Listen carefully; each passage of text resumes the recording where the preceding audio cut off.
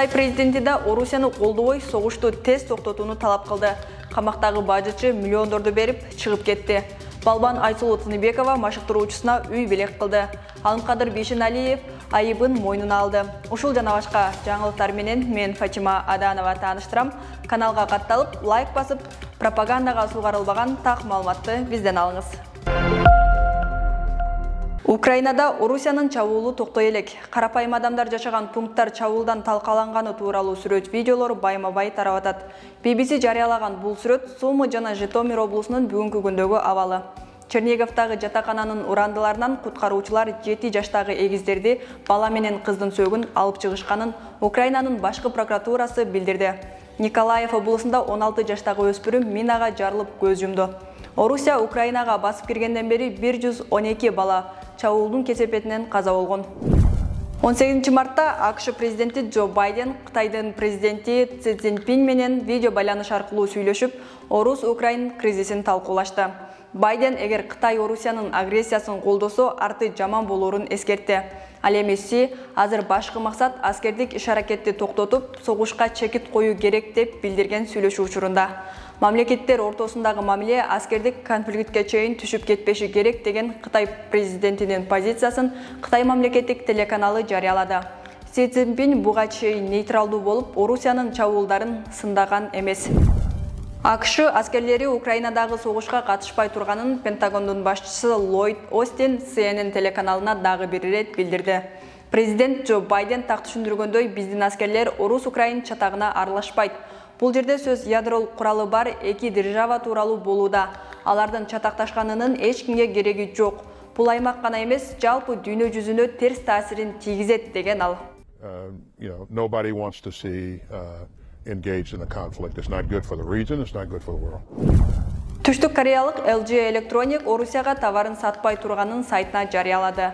Турмуш тиричилик техникаларын өндүргөн бул компания Украинадагы согуштан жабыркагандарга гуманитардык жардам берүүнү колдой турганын кабарлады.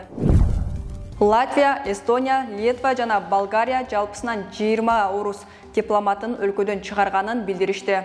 Бул тууралуу аталган өлкөлөрдүн тышкы иштер министрликтери өз сайттарына жарыялашты. Украинанын дээрлик ар бир 4-үнчү жараны Орусиянын чабуулунан улам үйлөрүн таштап кетүүгө аргасыз болушкан. Бул тууралуу Улуттар уюмунун гуманитардык иштер бюросу билдирет. Согуштун айынан качууга аргасыз болгондор болжолу 10 миллионду чамалады. Бириккен Улуттар уюмунун адам укуктары боюнча жогорку комиссариаты согуштан 816 карапайым тургун көз жумуп, 2149-у жарадар болгонун эсептеген. Чыныгы сан мындан да көп болушу мүмкүн деп айтышат алар. Кыргызстандын саламаттык сактоо министри Алымкадыр Бейшеналиев жүрүм-турумун тартипке салууга убада берди. Менин иш ыкмаларыма коомчулуктун кыжырдануусун түшүнөм жана кээде өзүмдү кармай албай калганымды мойнума алам. Бирок силер да мени түшүнгүлө. Мен кооз сүйлөй албайм. Биздин медицинанын катастрофалык абалга келгени жалганбы? Аны медицина бизнесмендери монополиялап алганы жалганбы? Узак убакыттан бери саламаттык сактоо системасы талкаланып атат. Алыскы аймактарда дарыгерлер жетишсиз. Заманбап медициналык жабдуулар жок. Мамлекеттик лаборатория араң иштейт. Бардык эле жаран акчасынын жетишсиздигинен бирдей сапаттуу медициналык жардам ала албайт. Мен көп сүйлөп, эч нерсе кылбагандардан эмесмин. Мен үчүн сөздөн да иш маанилүү, дейт Бейшеналиев. Мамлекеттик бажы кызматынын мурдагы төрагасы Адилет Кубанычбеков 51 миллион 220 миң сом төлөп үй камагынан чыкты. Бул тууралуу Улуттук коопсуздук мамлекеттик комитетинен басма сөз кызматы билдирди. Тергөө Кубанычбеков бажы аркылуу өткөн компаниялардан такай пара алып турган схема түзгөнүн аныктаган. Кубанычбеков 2021 жылдын 26 октябрында бажы кызматына дайындалган. 3 ай өтпөй коррупция иши боюнча кармалып, камакка алынган болчу. Биз коррупция менен күрөштү токтотпойбуз, ал эми акчалуулар акча берип камактан чыкканын токтотподу. 18 мартта машыктыруучу Нурбек Изабековдун жашоосун чагылдырган Нурбек Агай тасмасынын бет ачары болду. Анын алдында күрөш боюнча дүйнөнүн 2 жолку чемпиону, Токио Олимпиадасынын күмүш байге ээси Айсулу Тыныбекова машыктыруучусу Нурбек Изабековго Бишкектен бир бөлмөлүү батир белек кылды.